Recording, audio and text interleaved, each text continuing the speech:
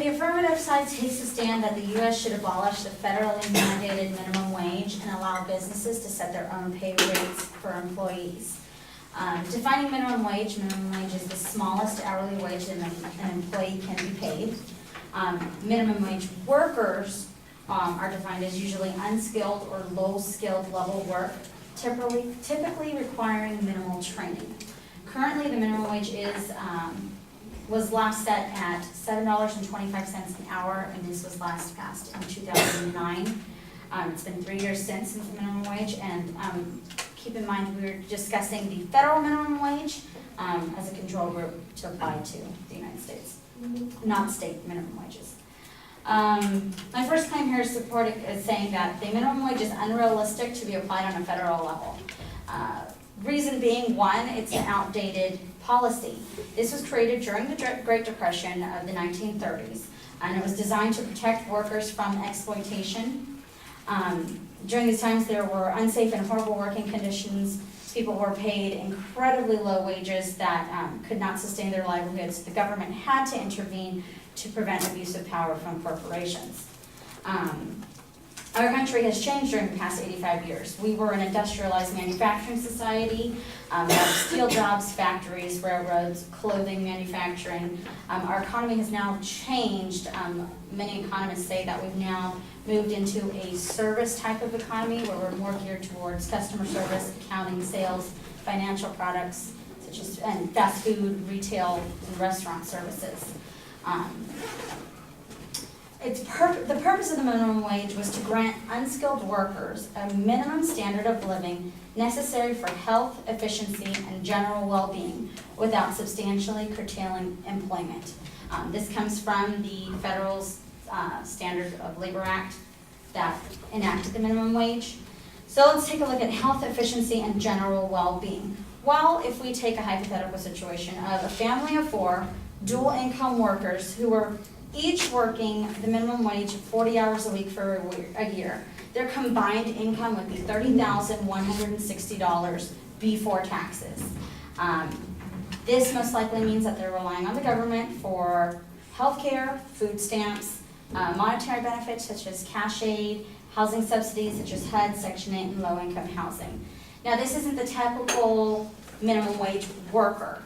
So let's take a look at what the typical minimum wage worker is. According to the Department of Labor, a minimum wage worker tends to be young, usually between the ages of 16 to 25. And that group makes up about half of the minimum wage workers in the United States.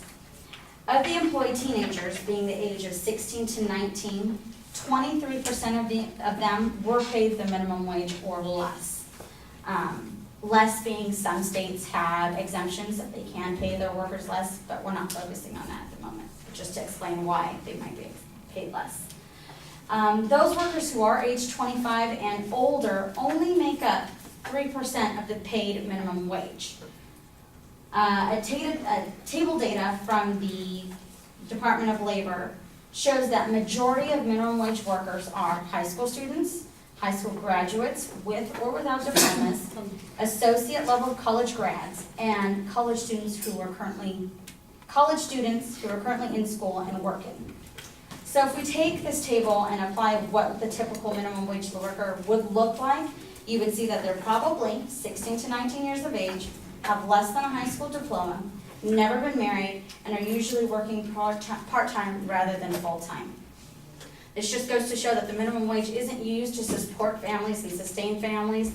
It's usually geared towards those who are younger and don't have dependents or high bills like a working family would have.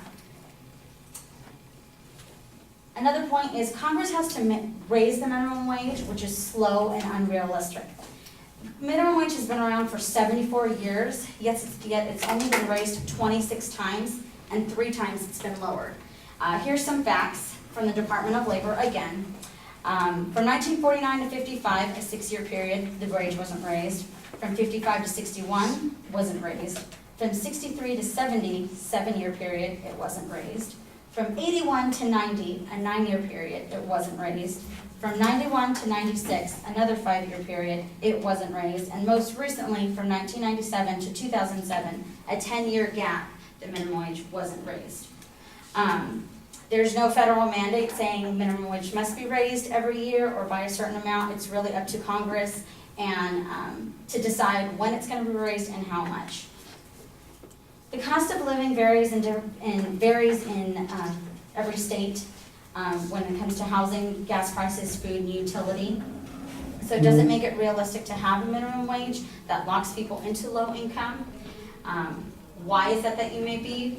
My next point is that minimum wage laws were created to protect workers from exploitation, yet it still exploits workers by creating an artificial wage.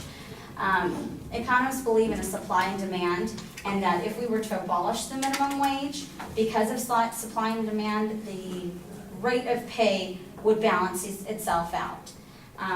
For example, if you have McDonald's offering to pay $6 an hour and you have Burger King offering to pay $6.75 an hour, more applicants are going to go towards the Burger King job. Burger King will hire more people, and McDonald's will be forced to have to raise their pay rates in order to compete with Burger King. Let me see here. Another form of exploitation is, say if we were to raise the minimum wage, it would have adverse effects on employment. For example, say minimum wage was raised to $10. Wouldn't it be more attractive for stores like Walmart to acquire more automated self-checkout stands rather than hire more employees? So this would detrimentally affect the unemployment rate and raise unemployment. Abolishing the minimum wage will decrease the rate of unemployment.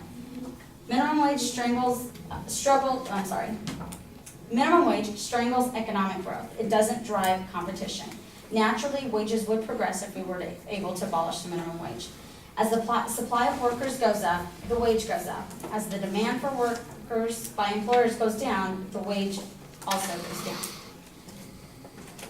Workers determine the supply of labor, and firms determine the demand. If the government doesn't intervene, we'll have a natural balance between the supply of labor and demand.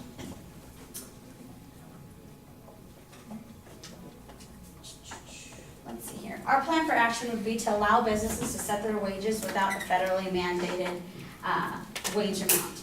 Workers would have more power in their wage rates. There would be an open market for supply and demand, and essentially it would be better to have more people working, even if it is at a lower rate, than to have a high employment rate as we currently do.